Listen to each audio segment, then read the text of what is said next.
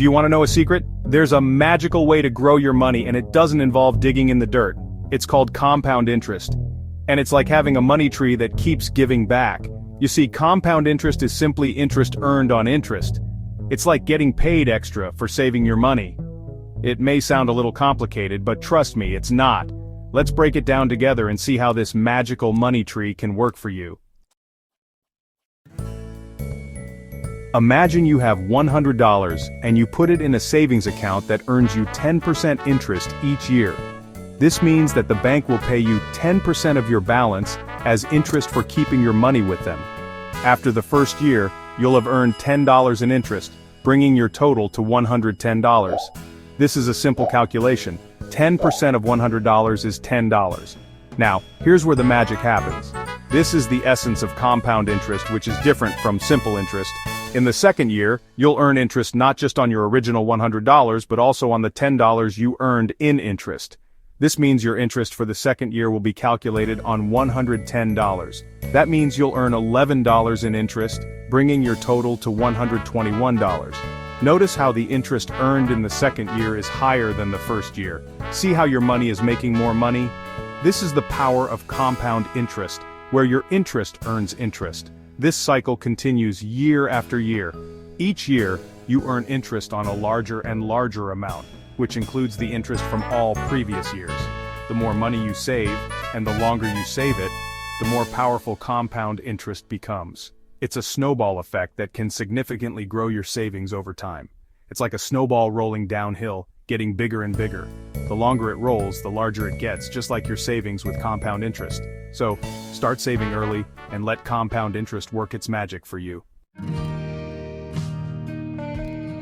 One of the most important things to understand about compound interest is that the earlier you start, the better. Let's say you and your friend both want to save $1 million by the time you're 65. You start saving $5,000 a year when you're 25, but your friend waits until they're 45. Even though they save twice as much as you each year, $10,000, you'll still end up with more money because you started saving earlier. That's the power of time and compound interest working together. It's like giving your money a head start in the race to grow. Section 4. Saving versus investing. It's like apples and oranges, both good for you. Now let's talk about the difference between saving and investing. While both are essential components of a healthy financial strategy, they serve different purposes and can help you achieve different goals. Understanding these differences can empower you to make better financial decisions. Saving is like putting your money in a safe place where it won't be spent, like a piggy bank or a savings account. This is money you can access easily and use for emergencies or short-term needs. It's about preserving your capital and ensuring you have funds available when you need them. Investing, on the other hand, is like planting your money in the ground and letting it grow. When you invest, you're putting your money into assets that have the potential to increase in value over time. This could be stocks, bonds, real estate, or other investment vehicles. The goal is to generate a return on your investment, which can help you build wealth over the long term. When you invest, you're buying a piece of something that you believe will increase in value over time, like stocks or bonds. Investing carries more risk than saving, but it also offers the potential for higher returns. It's important to do your research and understand the risks involved before making any investment decisions. Both saving and investing are important for building wealth. They complement each other and can help you achieve a balanced financial portfolio. By saving, you ensure you have money set aside for immediate needs and emergencies. By investing, you work towards growing your wealth and achieving long-term financial goals. Saving is great for short-term goals like buying a new phone or going on vacation. It's about setting aside money for things you want to achieve in the near future. Having a dedicated savings account for these goals can help you stay focused and disciplined. Investing is better for long-term goals like buying a house or retiring comfortably. These are goals that require a larger amount of money and a longer time horizon. By investing wisely, you can take advantage of compound interest and market growth to reach these milestones. In conclusion, both saving and investing play crucial roles in your financial health. By understanding their differences and how they can work together, you can create a robust financial plan that supports both your short-term needs and long-term aspirations. Remember, it's not about choosing one over the other, but about finding the right balance that works for you. Section 5. Risk and Reward. Riding the investment roller coaster. Just like riding a roller coaster, investing comes with its ups and downs. The thrill of the ride can be exhilarating, but it can also be nerve-wracking. When you invest, you are essentially putting your money into the market with the hope that it will grow over time. However, the market is unpredictable, and there will be periods of volatility where the value of your investments can swing dramatically. The value of your investments can go up or down in the short term. This is called risk. Risk is an inherent part of investing, and it's important to understand that no investment is completely safe. The market can be influenced by a variety of factors, including economic conditions, political events, and changes in interest rates. These factors can cause the value of your investments to fluctuate, sometimes significantly. However, over the long term, investments tend to grow in value more than savings accounts.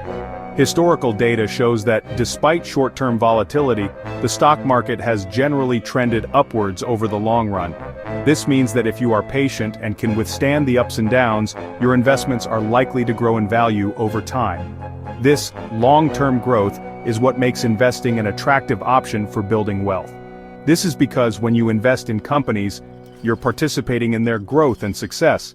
Companies use the capital they raise from investors to expand their operations, develop new products, and enter new markets.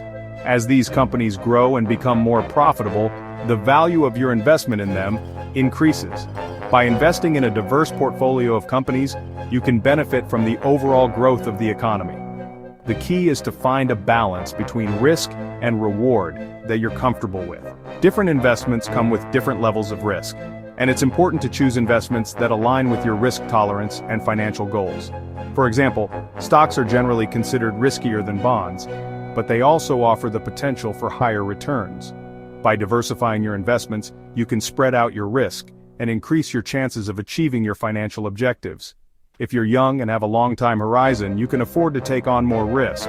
Younger investors have more time to recover from any potential losses and can benefit from the long-term growth of the market. This means they can invest in higher-risk assets, such as stocks, which have the potential for higher returns. Over time, these higher returns can significantly increase the value of their investment portfolio. As you get older, you may want to shift towards less risky investments. Older investors have less time to recover from market downturns and may prioritize preserving their capital over seeking high returns. This means they might invest more in lower-risk assets, such as bonds or dividend-paying stocks, which provide more stable and predictable returns. By adjusting your investment strategy as you age, you can better manage your risk and ensure that your portfolio aligns with your changing financial needs and goals. Section 6. Start now, even with a little every penny counts.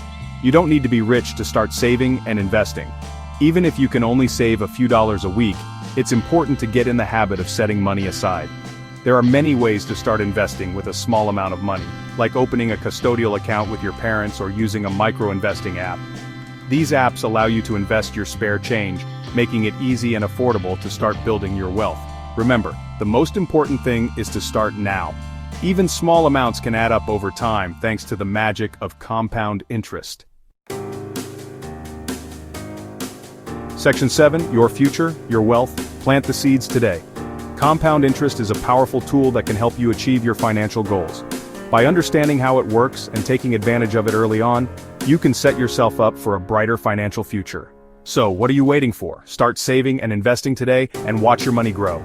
Remember, the seeds of wealth you plant today will blossom into a beautiful financial future.